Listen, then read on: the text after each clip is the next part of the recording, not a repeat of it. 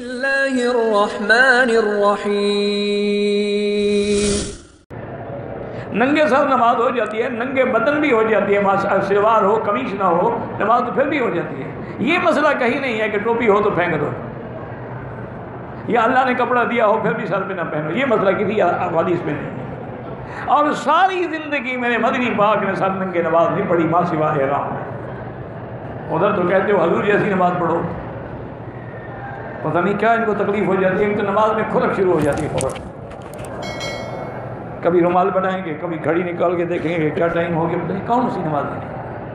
اللہ سے دعا کرو، اللہ ہدایت دعا کیا کرو۔ ہمارے بچے ہیں، نوجوان ہیں، 2 حدیثیں پڑھ کے مولوی بن گئے۔ یہی مشکل ہے کہ نیم حکیم خطرہ جان اور نیم ملا خطرہ ایمان۔ وتر کی 3 رکعتیں ہیں۔ پاکستان میں اہل حدیث کی مسجدوں ہیں، عورتیں نماز میں مکے میں بھی پڑھتی ہیں، کوئی حال نہیں، نہ پڑھیں ضروری نہیں، افضل ہے کہ گھر میں پڑھیں۔ ویسے حدیث سب کو یہی سناتے ہیں کہ بیوتہن خیر لہن، گھر ان کے لیے افضل ہے، پھر وہاں کیوں لے آتے ہو مسجد میں؟ گھروں میں پڑھاؤ۔ لیکن چونکہ حنفی نہیں لے آتے، ان کی ضد میں وہ لے آتے۔ مقصد ضد ہے، اللہ دونوں کو ضد سے بچائے۔ اگر ایک مسافر مقتدی ہے، امام مقیم کے پیچھے 4 رکعت والی نماز میں 1 رکعت بھی پھر پوری 4 پڑھے گا، کیونکہ امام کے تابع ہو گئے۔ یہی تو ہم کہتے ہیں کہ امام کے بغیر گزارا ہی نہیں۔ کہتے ہیں کہ اگر میرے دل میں خیال ہے یا دماغ میں خیال ہے بیوی کو طلاق دینے کا، خیال سے نہیں ہوتی، دینی ہے تو جان چھڑاؤ، خیال کیوں کر رہے ہو؟ خیال سے کچھ نہیں ہوتا حضرت، کسی وسیلے سے دعا نہ کریں۔ میری بیوی نے احرام کی حالت میں بھی نقاب باندھے رکھا، دم پڑ گئی۔ مسجد عائشہ سے عمرہ ہو جاتا ہے؟ ہاں جی ہو جاتا ہے۔ میری بیوی کو ماہانہ حیض کے بعد 15 دن یا 20 دن کے بعد حیض ہو جاتا ہے۔ دیکھو نا میرا بھائی، اصولی بات ہے، 1 مہینے میں حیض زیادہ سے زیادہ 10 دن ہوگا، باقی 20 دن پاکی ہوگی۔ تو اگر 10 دن سے بھی بڑھ جاتا ہے تو وہ بیماری ہے، نمازیں پڑھتی رہے، اصول پہ سب۔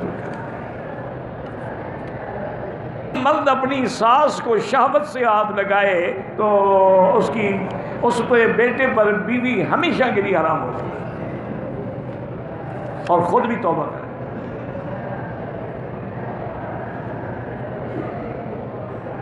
نظر لگ جاتی ہے بچوں کو بھی، تو سورۃ القلم کی، سورۃ النون والقلم کی آخری آیت جو ہے نا، وَإِن يَكَادُ الَّذِينَ كَفَرُوا لَيُزْلِقُونَكَ بِأَبْصَارِهِمْ، یہ پڑھ کے دم کیا کر۔ ہمارے ملک میں دیکھ نیا رواج نکلا ہے، وہ پتہ نہیں 7 مرچیں لے آتے ہیں، آگ میں جلا کے پھینکتے ہیں۔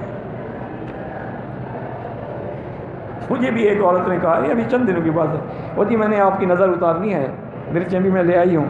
میں نے کہا بیٹی آپ نظر اتار کے آپ کو کیا فائدہ ہو گیا؟ نہیں تو کسی کام کا نہیں، نظر کے بعد بھی، نظر کے اتارنے کے بعد بھی کیا فائدہ؟ جاؤ اگر دفعہ ہو جاؤ، میری نظر اتارنی ہے۔ اللہ کے قرآن سے نہیں اترتی، مرچوں سے اتر جائے گی۔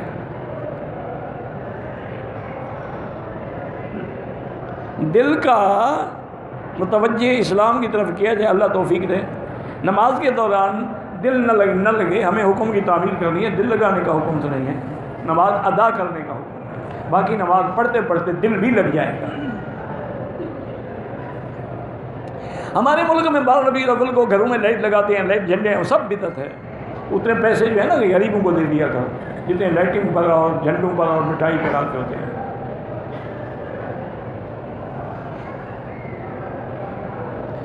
اللہ کے ودانوے نام ہیں، لیکن یہاں یا حنان یا منان لکھا ہوا ہے، ٹھیک ہے، جو مناسبت ہے وہ لکھے ہو، ضروری تو نہیں کہ سارے لکھے جائیں۔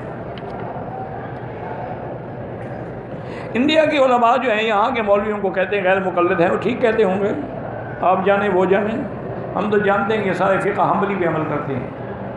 ان کے مدارس میں، ان کے معاہد میں، یونیورسٹیوں میں فقہ حنبلی پڑھائی جاتی ہے۔ ان کے جتنی عدالتیں ہیں، محکمے ہیں، قاضی ہیں، سب فقہ حنبلی پہ عمل کرتے ہیں۔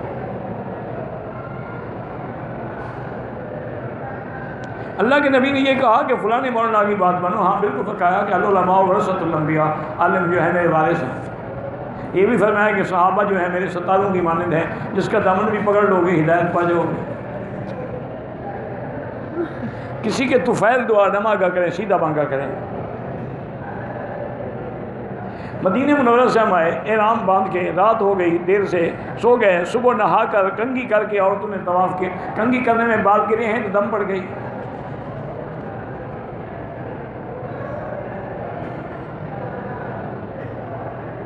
مدینے سے آئے رات کو، مکے میں داخل ہونے سے عورت کو حیض آ گیا، طواف اور صفا کی، یعنی حیض کی حالت میں کی، توبہ بھی کرو، دم بھی ادا کرو، اور جب پاک ہو جائے ایک دفعہ پھر طواف بھی دہراؤ، دوبارہ کرو۔ یہ بہت بڑا جرم ہے، گناہ ہے کہ ناپاک حالت میں اللہ کے گھر کا طواف کرے۔ رفع یدین کے بغیر بھی نماز ہو جاتی ہے، چونکہ سیدنا عبداللہ بن مسعود رضی اللہ عنہ جو جلیل القدر صحابی ہے، فقہاء صحابہ سے ہے، انہوں نے نماز پڑھ کے دکھائی اور رفع یدین نہیں کیا۔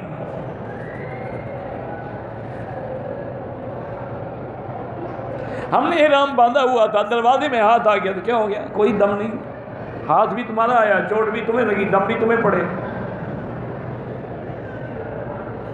جہاز میں نماز کے رخ کے بارے میں جہاز والوں سے پوچھ رہے ہیں، 1 منٹ میں بتا دیتے ہیں کہ جی کعبہ ادھر ہے۔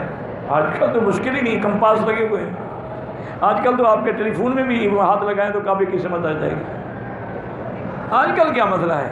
یہ تو 100 سال پہلے مسئلہ تھا، پھر بھی اندازہ ہوتا تھا کہ اب ہم پاکستان جا رہے ہیں تو مانا ہے کہ کعبہ ہمارے پیچھے ہے، پاکستان سے آ رہے ہیں تو مانا ہے کہ کعبہ ہمارے سامنے ہے، اس وقت بھی اندازہ ہو جاتا تھا۔ جدے سے مکے آئے، نماز مغرب کے لیے بار بار گاڑی روکنے کے لیے کہا، نہیں روکی، سیٹ پر تو نماز نہیں ہوتی، دوبارہ قضا کر لو۔ بیوی نماز کی پابند نہیں ہے تو امام احمد بن حنبل کے نزدیک تو جو نماز نہیں پڑھتی وہ کافر ہوگی، نکاح ہی نہیں رہا۔ باقی ائمہ کہتے ہیں فاسق فاجر ہے، نکاح بھی ہے، لیکن اس کو توبہ کرو، پابند کرو، سختی کرو، پھر بھی نہ مانے تو ایسی عورت کو طلاق دے دو۔ یار جو خدا کی نہیں ہے تیری بنے گی، جو خدا کی غدار ہے وہ تیری کہاں سے وفادار ہے؟ بیگ میں ہم زمزم چھپا کے لے جائیں گے تو ہم جانو کمپنی والے جانے میرا کوئی جہاز ہے کہ میں پھر لکھ دوں آپ کو۔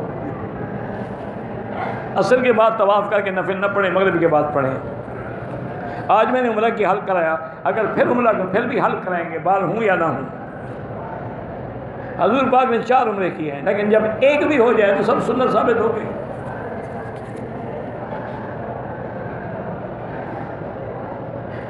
میں نے دوست کو دھمکی دی اور ڈانٹ ڈپٹ کی تھی، وہ بیچارہ فوت ہو گیا۔ بہرحال اللہ تو جانتے ہیں، توبہ کرو، اس کے لیے دعا کرو، اس کے لیے عمرہ کرو، اس کے لیے خیرات کرو تاکہ اس کا بدلہ ہو جائے۔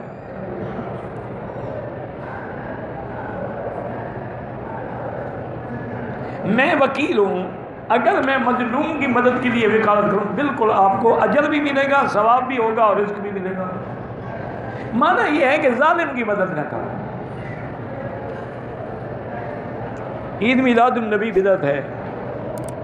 اگر کسی رکعت میں تہجد میں اپنا وطر میں تشہد نہیں پڑھی، سیدھا بیٹھ گیا۔